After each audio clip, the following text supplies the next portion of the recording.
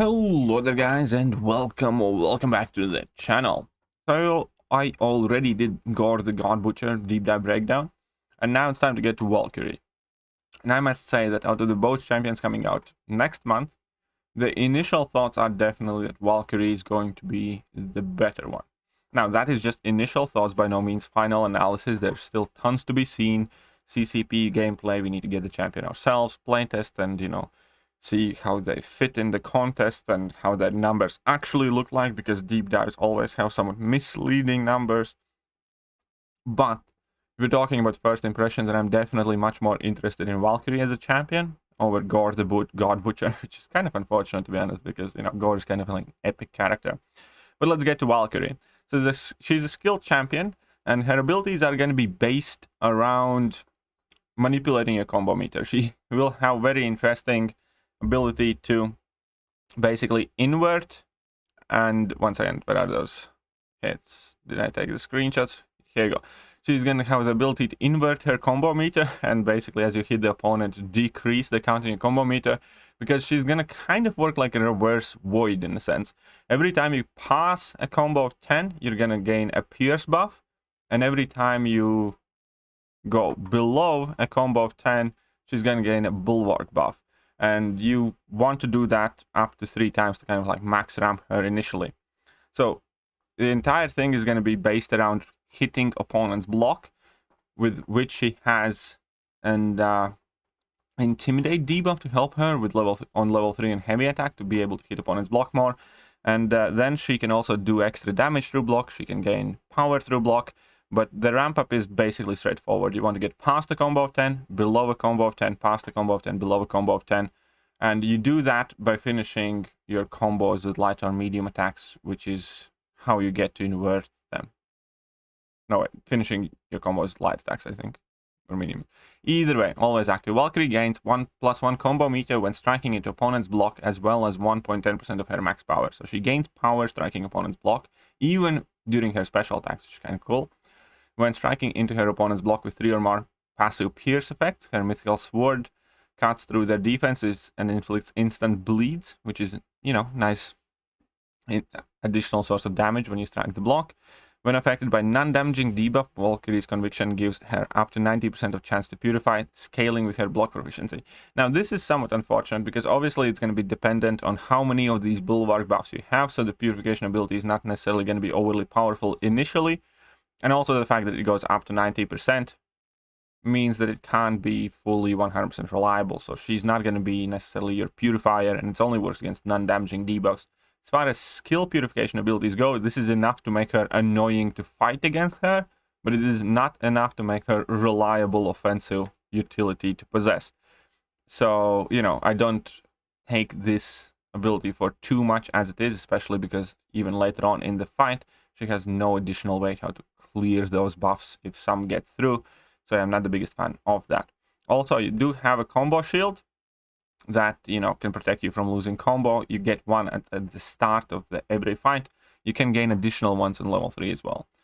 And as a defender, the shield does not fall off when struck while below 11 combo, which is kind of where you probably will want to keep your Valkyrie at.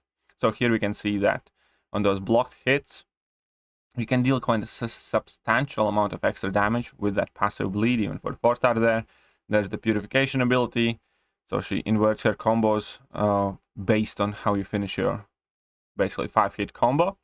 And again, that is how you ramp her up. In order to have her basically fully ramped up, you want to have passed a combo meter of 10 3 times, and then gotten below it 3 times. It's explained, exactly what's the most effective way to do it in the rotation, even though I think in an actual fight you will not want to be as focused on it, and you might want to take slightly longer, but just, not kind of count every single hit that you inflict. With just the basic idea, you go up and down. Right. So that, here we have that Intimidate debuff on heavy attack. What you need to know, that Intimidate debuff on her heavy attack also removes all your pierce and bulwarks, which can be a problem, which is a sacrifice. Now, whenever you do remove your pierce and bulwark, she gains basically a passive replacement. Also, whenever they are nullified, which last 5 seconds and are paused during special attacks and are more potent than the regular ones, but that means that if you do want to use Intimidate debuff, then you're going to have to re-ramp her basically after it's all done. So it's kind of like cashing out in all the big damage. I think in the most fights, majority of the people will find it more effective just to keep those debuffs there instead of having to re-ramp her all over again. And then the level 1 is the one that gives her the 3 passive away charges that activates under certain conditions. For instance, when you finish a combo with a medium in opponent's block, then it activates one of those evade charges and whenever you would get stuck. And level 2 gives you passive fury. Now, the damage you do with your level 2 is significantly increased if you shoot that level 2 in the opponent's block. That basically doubles all the damage you are getting. And that is going to be the way to play her. She's going to be similar to Massacre, similar to Karnak, basically, in a sense that you do want to smack opponent's block quite a lot. Now, the reason why I'm most excited for Valkyrie, not primarily because, you know, she is a hit in the... She might be potentially the better hit an opponent's block champion, but the reason why I'm actually properly excited is that she does get these additional pieces of utility where if you do have at least one pierce effect active, you just flat out ignore Unstoppable. It's, you know, they can trigger then Unstoppable, you don't need to prevent a buff or you don't mess with anything. She just ignores Unstoppable altogether if you have at least one pierce active, if she's at Sig 200. I imagine that number is gonna increase the lower Sig she is. And also, if you have at least one Bulwark active, she's immune to stun debuffs. So, with that Sig ability, she might have virtually the best stun immunity because you can establish it within, like, you know, first 2-3 combos. And then past that point, you don't care when and if opponents go unstoppable. You don't care when and if, you know, you would get stunned. As long as you never throw that heavy attack, never plays that Intimidate debuff, which, you know, might not be the most damage kind of like rotation, but it would be very easy to sustain. And champions like that always have quite high amount of charm to them, where you get very potent effects without having really to work for it or having to maintain them. There's no timer watching involved, nothing. So once you activate this ability, for instance, until you throw a heavy attack, it will always be active and you don't need to maintain it.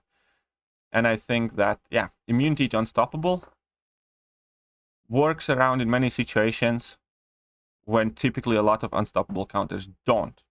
It's like, you know, when you have some Unstoppable nodes and they place a champion that can purify debuffs. You know, slow champions automatically don't work, for instance.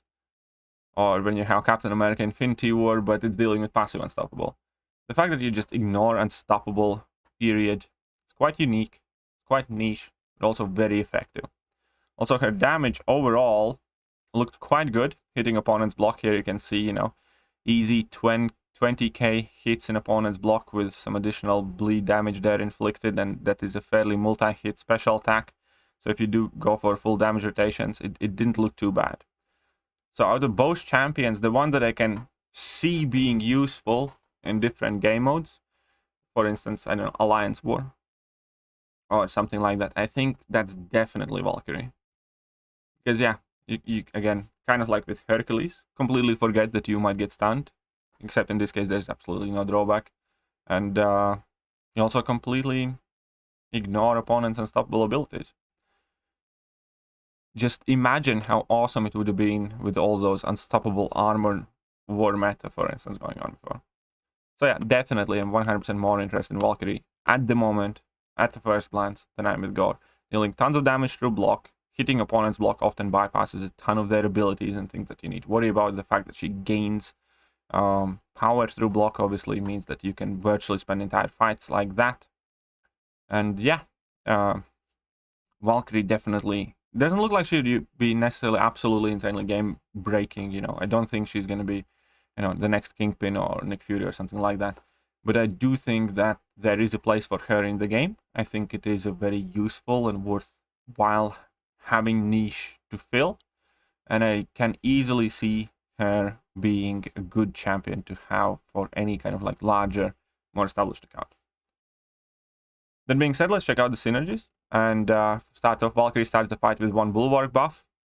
fair enough, you know, just Bulwark is the one that's kind of harder to ramp because you need to invert your combo in order to access it. So, you know, it's probably good. It's probably the one that you want to start with anyways. Or, you know, you deal instant shock, dealing bit of damage, tracking opponent's blocks. Tracking opponent's block is not something you want to do with Thor anyway. Scoring the maximum amount of crowd excitement can generate is doubled. Who cares? Hulk, while smashing, Hulk gains 70% block penetration. Who cares? He's a noodle anyways. Right, now Valkyrie gain 21% block proficiency for each other synergy member present. That's very good, you know, can make her much tankier.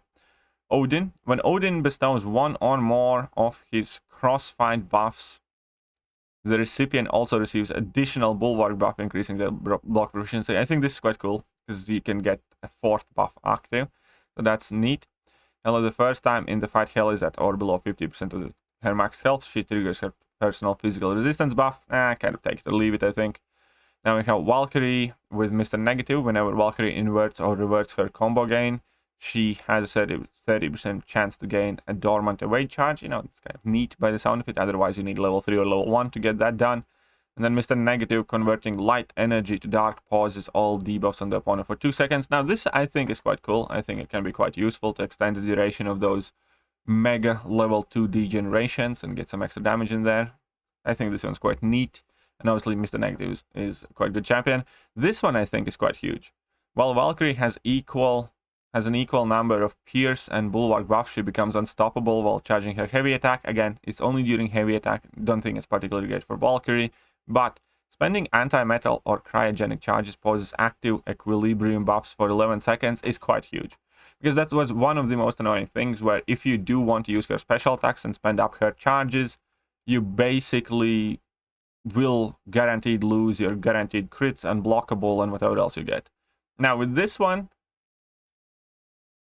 you won't, because I think in between throwing your level 2 and then level 1, time them correctly, you can basically pause your buffs for 22 seconds, which is pretty much enough to get back up to the maximum charges yet again, or close to that.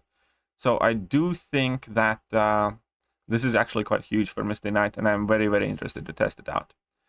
And now the last one, Valkyrie and Hulkling increase the potency of Pierce effects by 10%. You know, neat, more damage. But this one's quite huge for Massacre, I think. The final hit of Massacre's heavy attack inflicts an Intimidate debuff for 10 seconds, making opponent more defensive and reducing their block proficiency.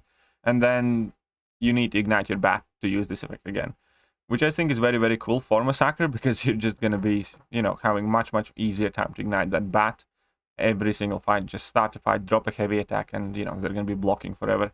So I do think this is, you know, a lot of kind of ease of use for Massacre. Can be quite handy. But yeah, that is Valkyrie so far. Overall, from the both champions, I definitely think that it's much easier to see how she fits in the game over how Gore fits in the game. And with her, you know, you do have something unique. You do have something that virtually nobody else does, or at least not in such a way. And other than that, again, the fact that you gain power, hitting opponent's block, you gain your Pierce charges, everything, you know, kind of works, whether you hit opponent or their block, but, you know, mega damage comes from special tools in a block. I kind of like that. I do think that there is a certain amount of value to that, and yeah, if I have to pick, I definitely want to have Valkyrie more than I do want to have Gore after my initial impressions. Let me know what you guys think, and I'm gonna catch you guys soon. See ya!